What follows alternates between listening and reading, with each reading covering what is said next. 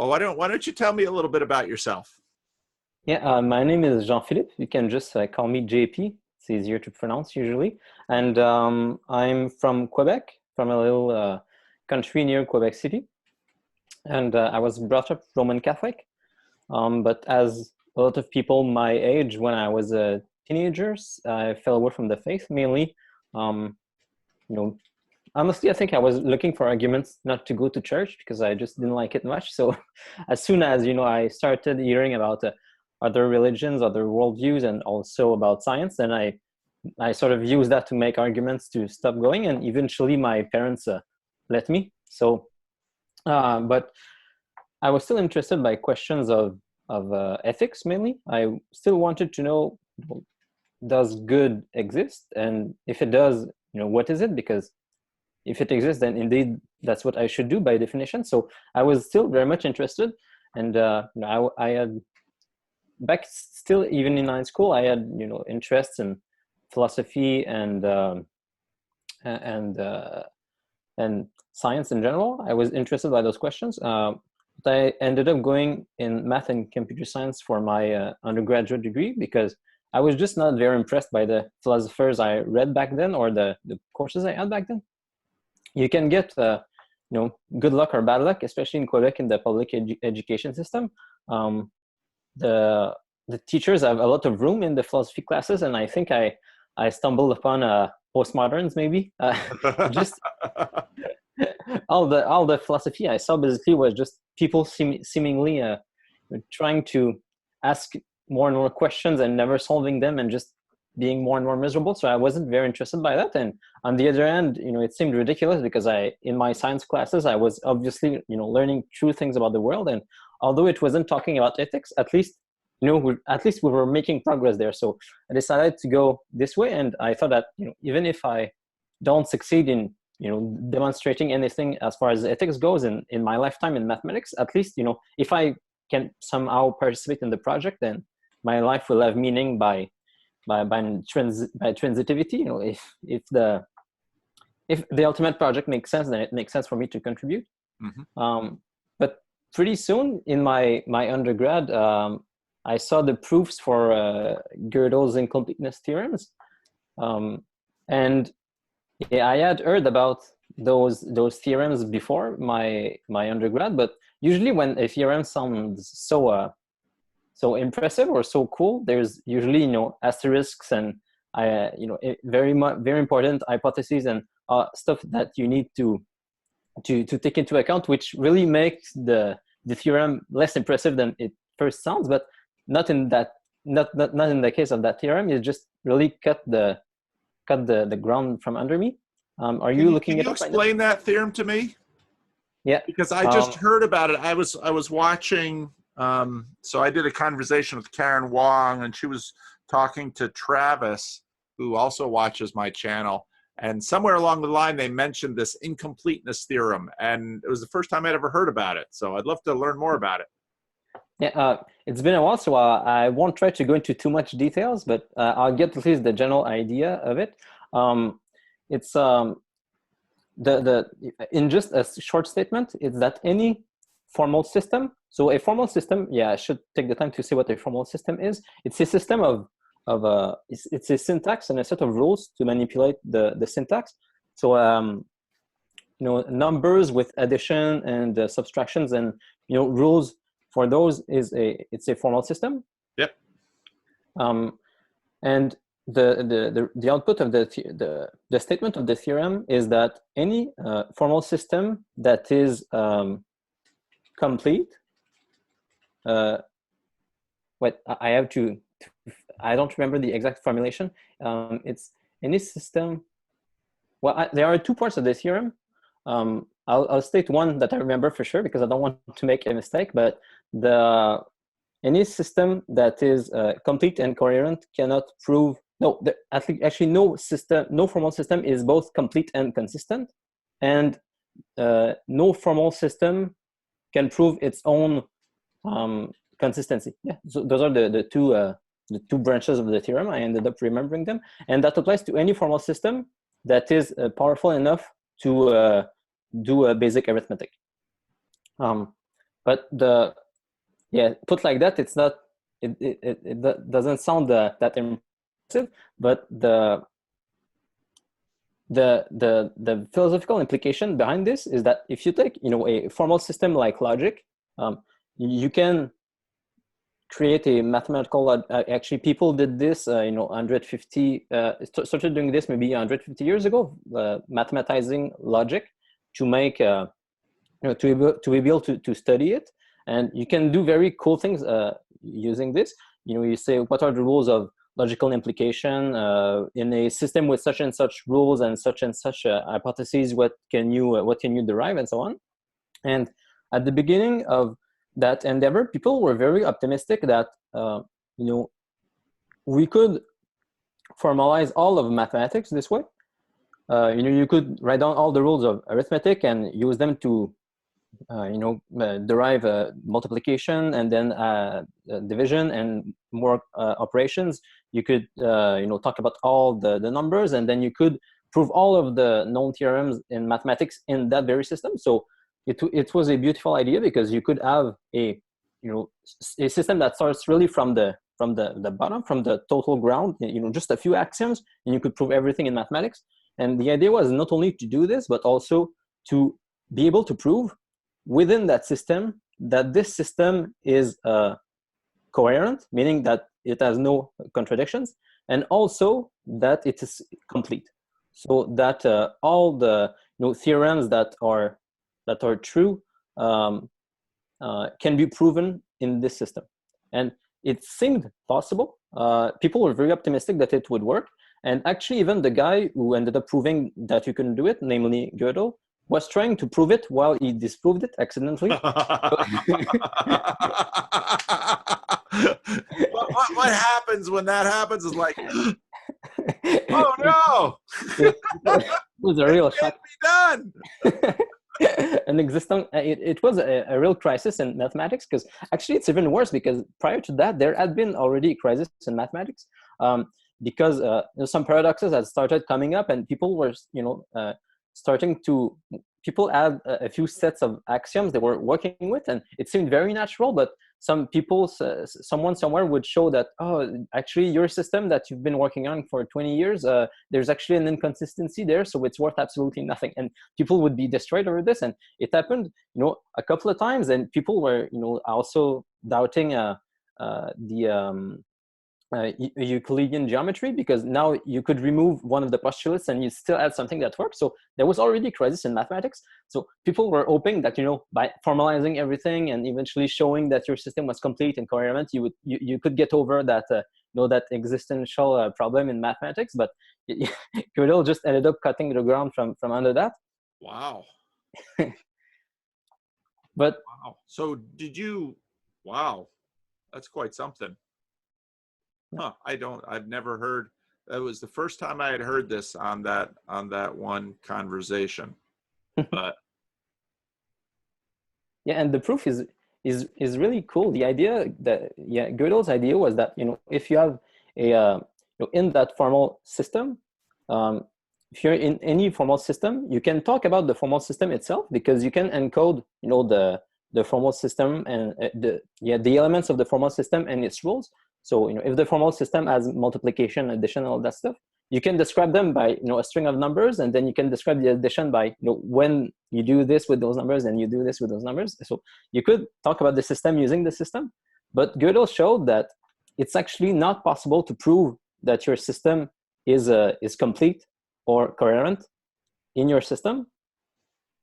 If your system is consistent. If it's inconsistent, then you can prove everything, but you couldn't do this within your system. And that shook my old project, because the whole reason why I chose to study mathematics and computer science to do logic was because I thought it was so rigorous that I had such firm ground to stand on. But it turned out that it wasn't such firm ground. So I still finished my degree, but I hadn't answered my philosophical questions at all. I still didn't know what good was. So I ended up moving on to philosophy. And I'm lucky because in Quebec, it's pretty cheap to go and do graduate studies. So I and also they let me pretty much jump into a graduate programs right away. I just took like a semester of undergrad classes and jumped right back into my master's. And the first point, of entry for me was actually the thesis of my master's is the hard problem of consciousness, because it really seemed like the first step, away from nihilism, or at least my version of it, because I was a pretty hard physicalist back then. And that's something I wanted to talk to you about, especially because you mentioned that a few times recently, especially in relations to Vervaeke. Mm-hmm. And because I've heard him in videos say that he's a physicalist. Yeah. I also heard him in a conversation yesterday. I don't remember with who it was, but he also said that he had an ontology of real relations, meaning that for him what exists is relations. And I guess he's trying to pull those two things together, meaning that the relations of physics are the relations that exist and that make up the world. But even then, I think you still have the mind-body problem to deal with. It's not really. I don't think you make that much progress. I don't think you make any progress at all, really. Instead of just talking about just physicalism in general. And yeah, I'm not sure to how much detail we want to go into this, but I can, maybe, I don't know if you've heard about Mary's room argument. Yes. Yeah, but that's one of the arguments that I found convincing, and one of the arguments that I think it does show why physicalism is wrong, or at least there's something missing with physicalism. Oh, no, I have an even better idea, because especially since you already know this, there's I think a better way to see why physicalism is wrong is that something that even Bertrand Russell and other philosophers of science noticed is that even the ontology of physics, it's sort of empty, or it's just a container, if you will, because let's say physics tries to describe an electron. Physicists can say, well, the electron follows these laws, it has such a mass and such a charge, let's say. But this will never tell you, the real nature of the electron or its essence. Right. You will only ever know how the electron behaves. Right. From the outside. Yeah, you always only know physical entities extrinsically. You never know them intrinsically. And it doesn't solve the problem to say, well, maybe electrons are made of smaller physical entities, because you would just regress to the same problem, only a step lower. And that the argument is usually applied this way. To say that the ontology of physics is empty, it's applied on the particles. But you could also say this about relations. So the relations of physics, well, you know how those relations behave, but you don't know what those relations are intrinsically. Right. You still get the same problem. Right. In my master's, I was trying to figure out what is the best solution on offer for this. And specifically in my master's, I was only able to get at naturalistic solutions, because that's where I started from, and I didn't have enough pages to go much further. But there's a good solution right now, at least a good starter solution, which is PanPsychism. So yeah, it's pretty elegant, and it especially appeals to people who are interested by physicalism in the first place, because you can still preserve all that ontology of physics, as a science that describes the behavior of entities, just not their intrinsic nature. But you can say that the intrinsic nature of all those properties, of all those entities, is consciousness. So in the same way that I could describe a Paul van der Klee physicalistically, a Paul van der Klee is a pack of those particles, it follows those laws, and so on.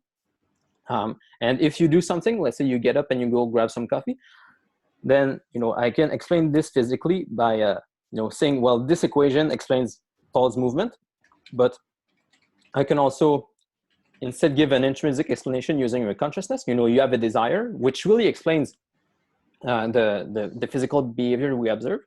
So you can have both, your physics, maintain your ontology of physics, but you can put consciousness in there. So you reinsert you can reinsert mind in matter. Right.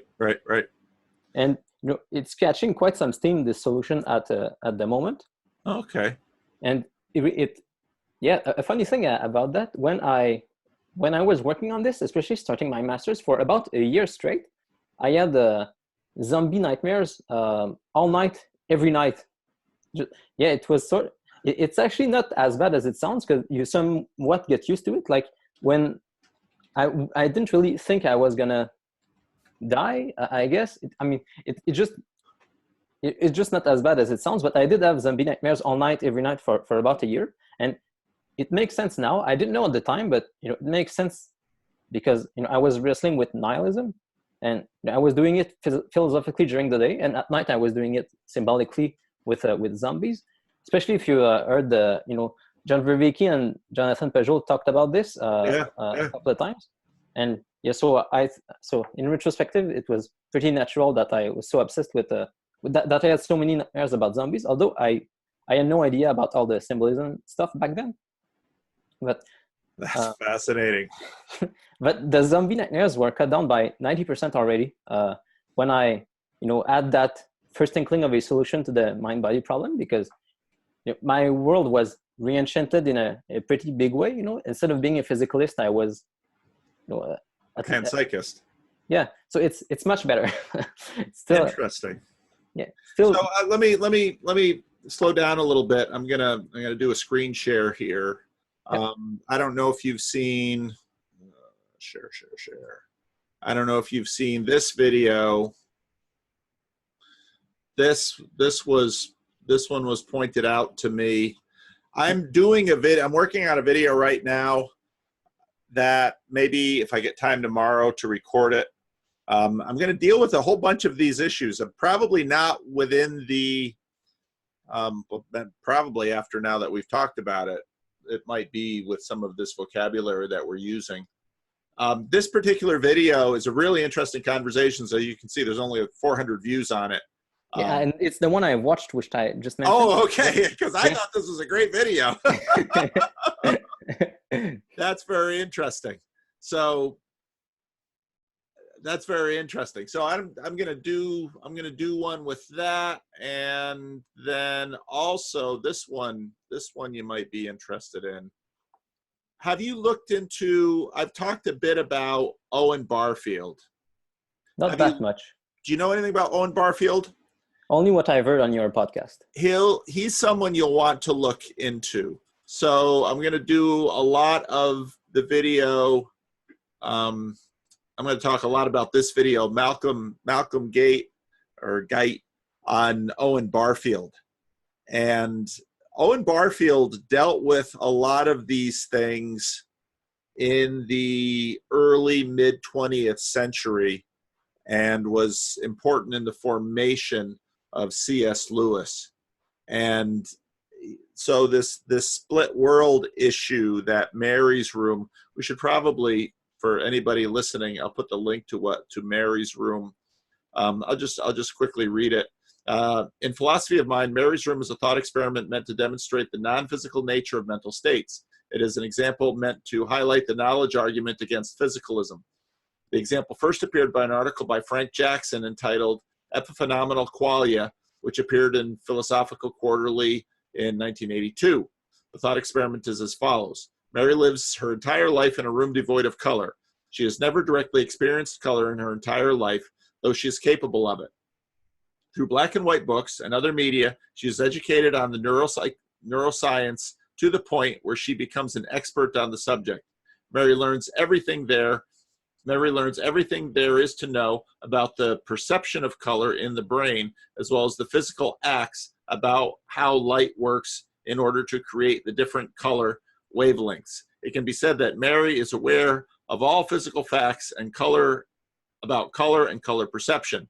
After Mary's study in color perception in the brain are complete, she exits the room and experiences for the very first time direct color perception. She sees the color red for the first time and learns something new about it, namely what red looks like. Jackson concluded that if physicalism is true, Mary ought to have gained total knowledge about color perception by examining the physical world, by examining the physical world. But since there is something she learns when she leaves the room, physicalism must be false. As Jackson explains, it seems just obvious that we learn something about the world and our visual experience of it. But then it is inescapable that her previous knowledge was incomplete. But she had all physical information. Ergo, there's more to have than that, and physicalism is false. So very interesting argument. So you wrote your master's thesis on this. Have you got any response back from your thesis? Not yet. I need to sort of format it and submit it right now. Okay. And as I was, this was pretty quick, at least to formulate in my mind. So I moved on to other, philosophical issues, at least, that I had to deal with personally as I was, writing my master's still. Okay. And the next problem I was trying to deal with was just ethics. But that even if there is consciousness in the world and there's not just physics, it's, there's still the danger that maybe consciousness is so detached from the world, or is so idiosyncratic from one person to another, or from one culture to another, that maybe it's just relative and you end up with nihilism anyway. So it took me longer to deal with this objection, and it's around that time that I learned about Jordan and his work, and also eventually about John Vervaeke and Jonathan Haidt mostly.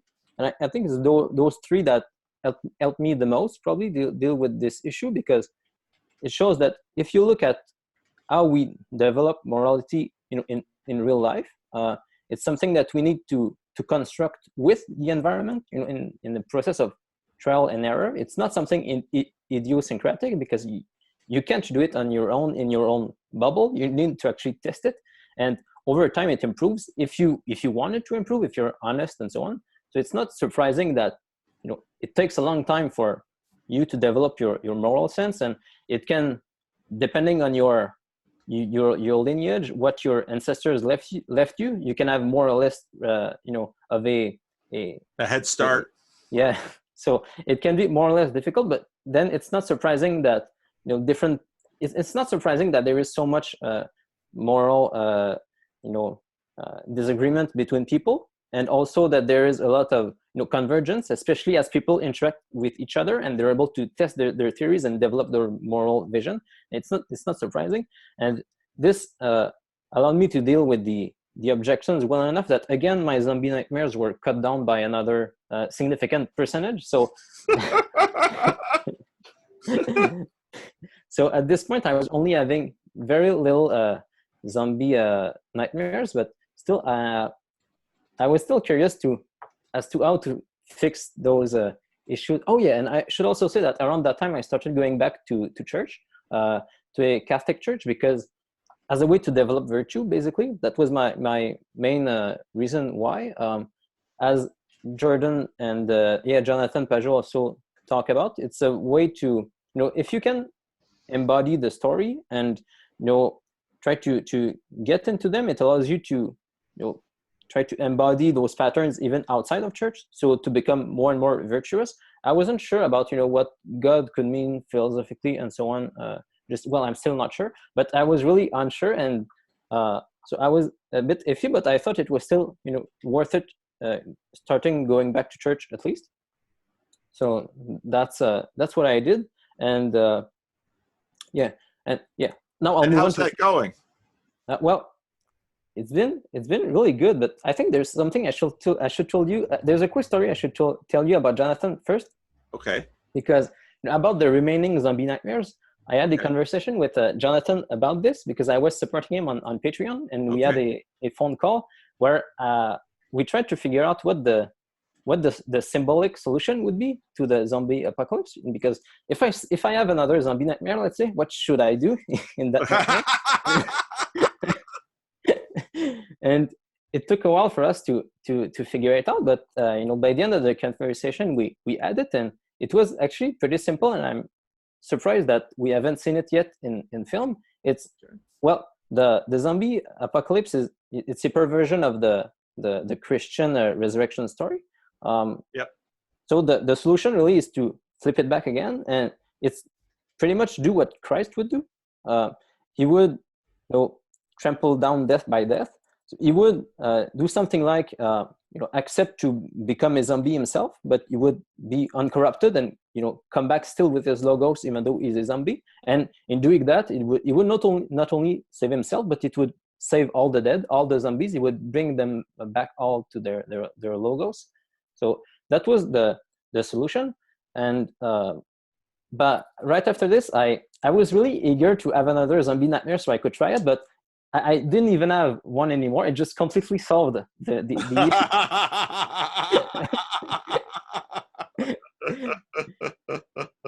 And that made the point about going to church and trying to imitate Christ and become more virtuous. That made the point even more poignant, because it had directly influenced my nightlife, at least my dream life.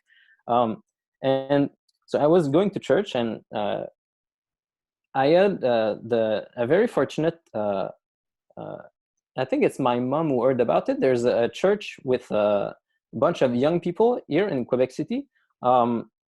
Because in Quebec, you've heard this before, but it used to be a very Catholic place. But with when the scientific revolution hit Quebec in the 60s or 70s, people had the choice, and they chose basically to be their own gods and leave the Catholic Church. But so there's a bunch of parishes that are closing down and so on. But there's also a retreat to some more lively centers of Catholic life.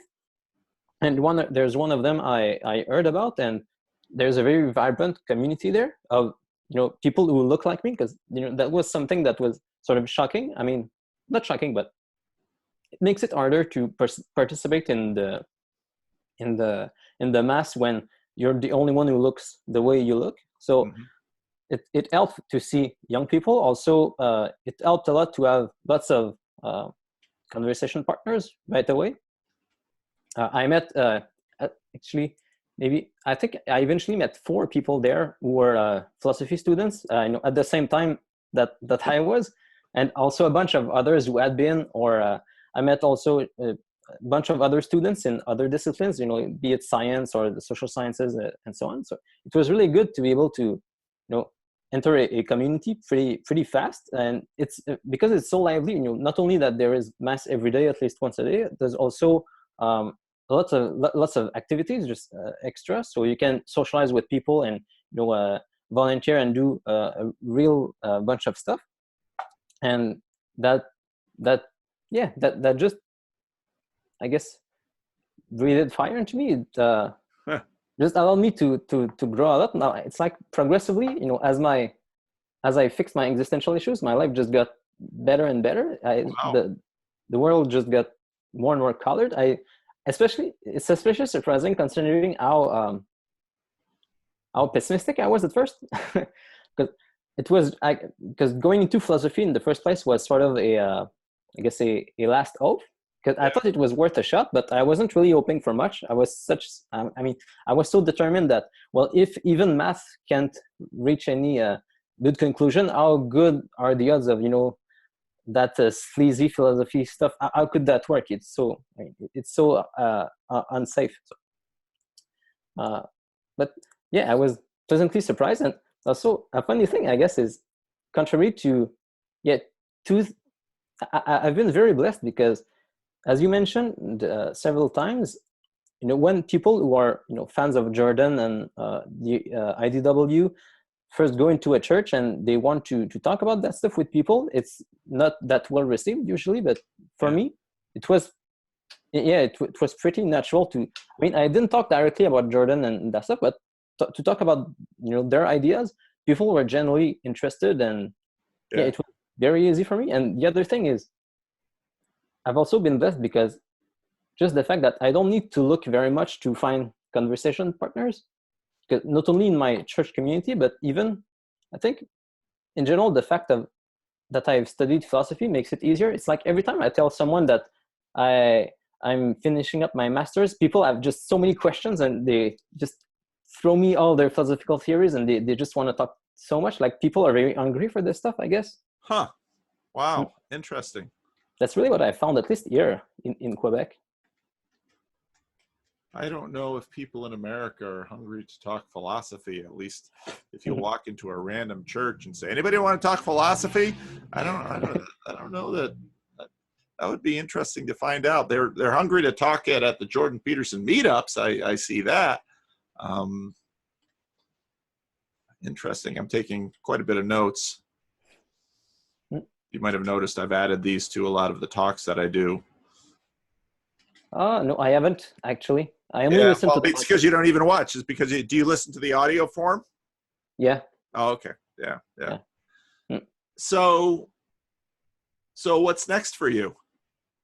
Well, oh yeah, I should say that I've been working full time as I'm finishing up my master's for the last like 14 months, I guess, because I was worried I was starting to turn into Peter Pan, maybe. So what job do you do? What are you working at? I work in tech. Okay. It's hard to describe my role exactly. It's I'm an API writer, which isn't that very descriptive. I know what APIs are. Okay, good. So, but you might as well explain it though, because not everybody will know what they are. I'm impressed that you know though, because almost nobody does. But I'm part of the documentation team at my company, and so I write documentation on how to use our code, and I also do some programming on the documentation site itself. So it allows me to do the range of my interests, basically, to do some more technical stuff, but also to write, as I've been doing in philosophy, basically. And yes, I've been doing that for over a year, because in studying, especially in the social sciences or in philosophy, in the humanities generally, it feels like you can get trapped in your own head and get scared of the real world. So I was sort of fearful that might happen, and I wanted to start working. And yeah, it's been really good. I shouldn't have been that worried, I guess, but it's been a good experience, and I'll plan on doing that at least for the next year, because especially my girlfriend, who I met at church, by the way, she will be traveling for school next year. She'll be living in Paris, and my job allows me to go there for several months. So I'll spend a good chunk of the year in Paris, probably. So that's at least the plan for next year. And after that, I'll see. I've got a couple of options, but yeah, for at least the next year, I've got my plan. Wow! So things have fallen into place quite nicely for you. Yeah, you no longer have zombie nightmares. You started going to church. You got the girl. I mean, you're living the hero's journey. Yeah, yeah, really blessed. I'm very thankful. Wow. So your panpsychism, I'm a little interested in that, and how because I think I understand how your panpsychism resolves the dilemmas of physicalism for you, but how is so you don't have a problem looking at me, let's say, and saying, well, he's a biological evolved creature who simultaneously is conscious. Now when you say panpsychism, I mean, quite literally, pan is pan. I mean, it's everything. So so let's take a book. Mm-hmm. How does your panpsychism work with a book? Because a book is another one of these things that is interesting, because I can from a physical point of view, I can very much understand the pages and the paper and the ink, but then the ink has obviously thought encoded on it, for that thought to actually, however, come into what I would call the story space, mm-hmm. or it would require a conscious being such as myself to read it and act it out. So how does that work in your system? Well, I'll give first the typical answer that a panpsychist would give, at least in the English speaking world in philosophy right now, and then I'll give what another option. Okay. What will typically happen today people will tell you that, well, if you look at, you know, the fundamental particles and Yep. you know, at this level, those are conscious. That's what a panpsychist would say. Although their consciousness is very simple, it's something elementary. That's what panpsychists would typically say. But then they would claim that, you know, depending on how the fundamental consciousnesses of the fundamental particles combine, the combination may or may not be conscious depending on, you know, what the combination is. So in your case, for example, if I take all the fundamental particles and their consciousnesses, their combination is your consciousness, Paul. But if I take all the fundamental consciousnesses of the particles of the book, they do not combine into a more complex consciousness. The book would just be unconscious. Okay. But to answer your question, another possibility, because, you know, first I'll say something about principalities and powers. In the same way that, you know, when you, Paul, make a decision and your consciousness influences your fundamental particles and their consciousnesses, there can be perhaps you know, principalities and powers who make choices over us, which impact us. Still, you know, they just higher consciousnesses, you can say. Yeah. And it's possible that, you know, as far as the consciousness of a book, maybe it could be one of those principalities or powers. So if you were to, yeah, I think that's something in panpsychists would say, that, you know, then you know, what is exactly the body of that consciousness would be very complicated. It would be very distributed. You know, it's somewhere in the book. It's also in, you know, the people who have read the book, and maybe it would even extend beyond that. But yeah, I guess that's something in panpsychists could say. Although it's not a question I've seen answered really. Typically, especially in the English-speaking world, panpsychism has only been resurfacing for the last, I guess, maybe 20 years, because in analytic philosophy in the English-speaking world, people just didn't want to do metaphysics for a while. They were just seemingly traumatized, and it took a while for it to come back. And people are just now starting to, you know, very timidly look back at panpsychism, although it used to be more popular. But for now, they're not really addressing those questions. And even then, there's something I should mention, especially because it's a point I've heard John Vervaeke mentioned in one of his videos. He said that the main reason why he wanted to be a physicalist is because of what is called the causal closure of the physical. Because, you know, if the laws of physics hold, as a good scientist, you know, would claim, then whatever, let's say, you do should be predictable, should not break those laws of physics. And so, in other words, there's no real room for, you know, if there is anything extra physical, it could not influence the physical world, because it has its own, you know, physical laws that hold. So if you wanted to claim that, you know, consciousness is not something physical, right, then it would be, you know, causally inert. It would be sort of trapped in your machine. So you wouldn't want to be a physicalist because of that. But that's something the panpsychist can get around by saying that, well, it's not really that the consciousness is, yeah, the causal powers of consciousness is separate or in competition with the causal powers of the physical world. It's more that intrinsically the causality that we say is physical is really conscious.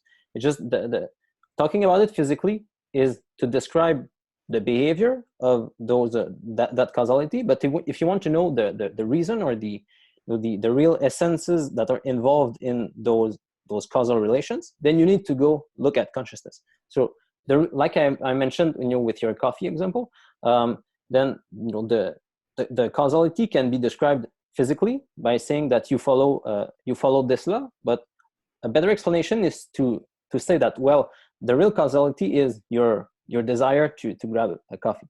So those two causal chains are not in competition. They're it's just that you can describe them. Yeah, you can describe the causal chain intrinsically using consciousness, or you can describe it extrinsically using the language of physics.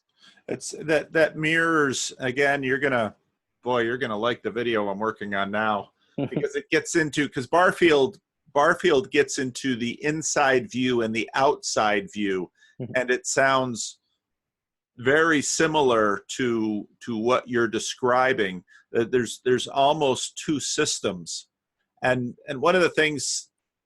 So one of the books that I enjoy reading a lot is C.S. Lewis's book Miracles, and one of the interesting things I find about C.S. Lewis in Miracles uses reason as in a kind of interesting way. Reason in C.S. Lewis's book Miracles is sort of a heavenly power by which something that God places in us. I wouldn't equate it with consciousness. It's I think more has to do with intelligibility and exposing relationships between separate things. Well, one of the things that I think about a lot now is, what do we mean by this question of real? And there's a guy in South Africa who actually I swapped quite a few. He found me pretty early on, and we swap emails quite a bit. And he's got a lot of ideas. He's the one actually that turned me on to Vervaeke, and because he just kept hammering me, says, "Well, you gotta watch Vervaeke. You gotta watch Vervaeke." And then Vervaeke started doing. He had the Buddhism and cognitive psychology, but the sound was pretty crappy in that. And then he really started doing the meaning crisis videos, which he's doing now, for which the production value is considerably better, especially the sound, which is tremendously helpful. But one of the working definitions. Now, I'm not a philosopher. I'm just a pastor, and I'm just trying to figure stuff out and talk about it. But one of my working definitions of real is basically that which governs, or that which colonizes, because and so when you look at the relationship between, when I listen to you talk about panpsychism, it's almost like there's two systems in the world. There's the physicalism, and then there's the sight, then there's consciousness. Then the interesting questions all become, well, what are the relationships between these two things? And on one hand, to be a little graphic, of course, I'll be less graphic. But the end of my physical life in the physical system, let's say I have a heart attack or I get shot by a gun, that in the physical system says, well, if you're a physicalist, that says that consciousness is an emergent value of certain arrangements of physics and matter, well, then consciousness ends. Obviously, with panpsychism, you sort of have two systems, so there's a degree of protection. Consciousness does not go away if matter no, so you've got it bound. So that's really interesting because, go ahead. Well, I guess it can get complicated, as in the example of the book, let's say. Yeah. So that it's not clear. For now, especially panpsychists have no real idea how exactly are the project would be to study those laws that hold between the on the one side the physical and the conscious, how right. Those two exactly fit, and people right. don't really know what those would be. Right.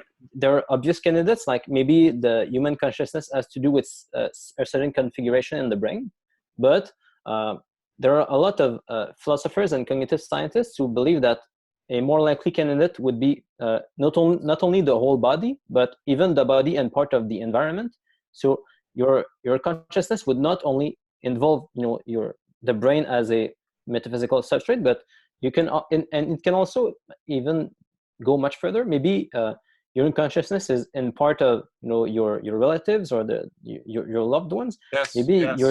You can be distributed this way. Yes. And yes. maybe it can be even more complicated. If you become we can see it in Quebec, maybe because we have so many of our towns and streets are named after religious figures. Maybe if you become a saint and you can influence not only your relatives and the people you know, but even a lot more people. You can maybe your consciousness is spread over all of them. It's hard to say. Yes, that's right. So if you're a panpsychist, your physical substrate can go very far. What you'll typically see right now is people try to constrain it to the brain, but it doesn't have to be so necessarily. Right. Or to limit identity to skin, and when you have something like a family, I was reflecting, I was talking to, I forget her name, the Quality Existence, the conversation I had with, I don't know if you heard that conversation I had with her. When my sister passed away, so I usually talk to my mother and sometimes my other sister on Mondays, because I try to take Mondays a little light. But, just watching the significant impact of the death of my sister on my mother. And you really, what exactly is the bond between mother and child? There's something deep and profound in that bond when it's right, and of course, church fathers make a lot of use of this in their theological formulations of things like the Trinity. I was listening to Nathan Jacobs, who I talked to not too long ago, and he's got some conversations with Hank Hanegraaff, the Bible Answer Man. There's a title that was from a previous era, but going through some of the thinking behind the Trinity and what that means. There's a lot more. There's a lot to a lot of this that we don't really know. And shoot, we're just about out of time. But this has been really cool. I really appreciate you reaching out to me and taking the time to walk through a bunch of this stuff. Well, thanks for having me. It's I've been listening to your channel for a while, and I really appreciated it. So I'm really happy to be able to speak to you. It was a lot of fun. You should reach out. Have you talked to John Vervaeke at all individually? No. You should reach out to him. He's very open and receptive, and I've been, part of the downside of Jordan Peterson's status rocket ride is that, there's thousands and thousands of people lining up to talk to him, and because one conversation at a time, one can only have that many conversations. So he's obviously tougher to talk with. But I think we'll if you're in agreement, we'll probably post this, and John keeps track of my channel, and I'll try and put something in the comment to get his attention. And a lot of the people that following John, students of his, are watching my channel, and I'm sure helping him, say, oh, you should pay attention to this video. That's been a huge help to me. Like Struan, I never say his name right. He's from South Africa.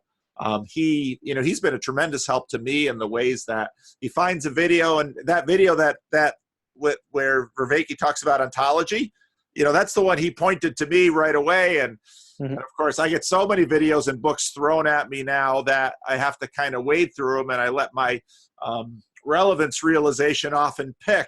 And so I listened to that when I try to listen to things while I'm doing chores and errands. So I was in Costco when I was listening to that, doing grocery shopping for the family.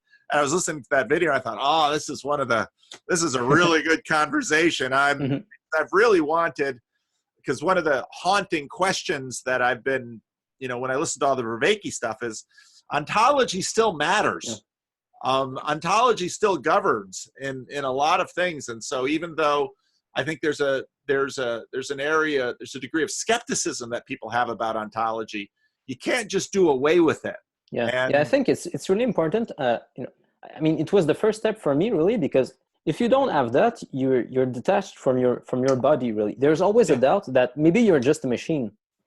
Even if, like Vervaeke does, and he wants to put vices, virtues, and all of our mind basically, he wants to put it not stuck in our head, but he wants to make it embodied in the world with other people, and wants to put our see ourselves in an agent arena, world agent arena. I don't remember Yeah. the term exactly, but he wants to not isolate us and put us in the world so that meaning is not just something stuck in our head, but Right. still, even if maybe all that consciousness is superfluous. I mean, if you don't address the physicalism issue, maybe all that just is physical. Maybe it's just Yeah. a complex machine of relations, but maybe Yeah. those relations are just physical. And Yeah. then you still have the nihilism there. Yeah. No, I agree. Wow. So are you going to do philosophy as a career? Is that kind of what you're hoping to? I'm not sure really. It's kind of a risk. Yeah, I know. You're going to get a PhD? That's what I would have to do, but I kind of want to get married and have a family, and it's not. I mean, it's sort of risky to start a PhD. So yeah, I don't know. Okay. Well, I'm sure glad that you contacted me and reached out to me and signed up for a slot. This has been great fun, and I really appreciate you walking through this stuff. And very cool. So I will send this video to you, and with your permission, I'll post it. Now I got a pretty good stack right now, so it might be a week or two before it gets posted. So don't worry. But this has been great. Thank you. Thanks. It's been very fun. Thanks for having me. All right. You take care. Take care. Bye-bye.